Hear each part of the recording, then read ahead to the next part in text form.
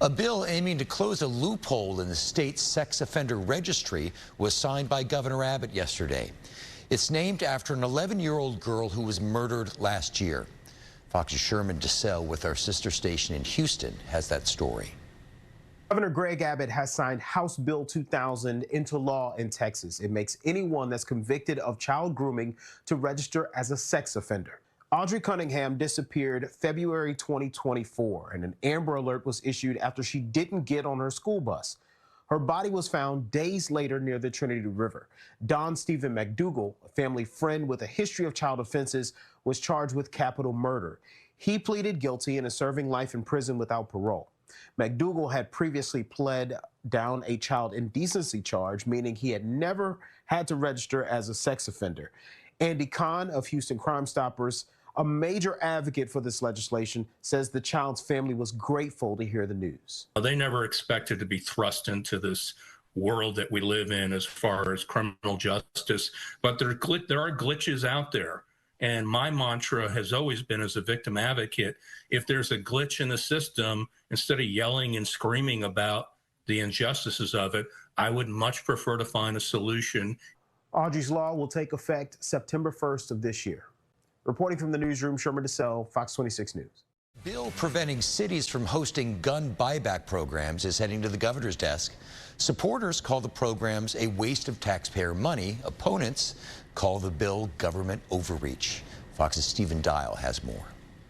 House Bill 3035 sparked a lengthy debate Monday in the Texas Senate. The bill bans local governments from operating gun buyback programs. Across the country, we've seen a growing trend of government-sponsored efforts to diminish civilian firearm ownership under the guise of crime reduction. State Senator Bob Hall, who represents eastern parts of North Texas, is who pushed the bill on the Senate side. He argued buyback programs are a waste of tax dollars. Only a few North Texas law enforcement agencies have gun buyback programs. A popular one last year was one that NBA Hall of Famer Shaquille O'Neal sponsored for the Dallas County Sheriff's Office. Shaq put up the money for gift cards given to those who turned guns in.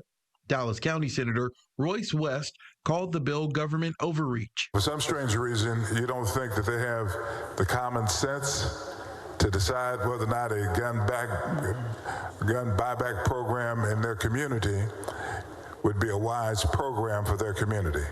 It has nothing to do with good sense. It has everything to do with the wise use of the money, and the proper role of government. In 2021, a study with the National Bureau of Economic Research looked at if gun buyback programs reduce crime. The study looked at 335 buyback events in 277 cities over a 24-year span. The author of the study said buybacks have done little to reduce gun crime or firearm-related violence.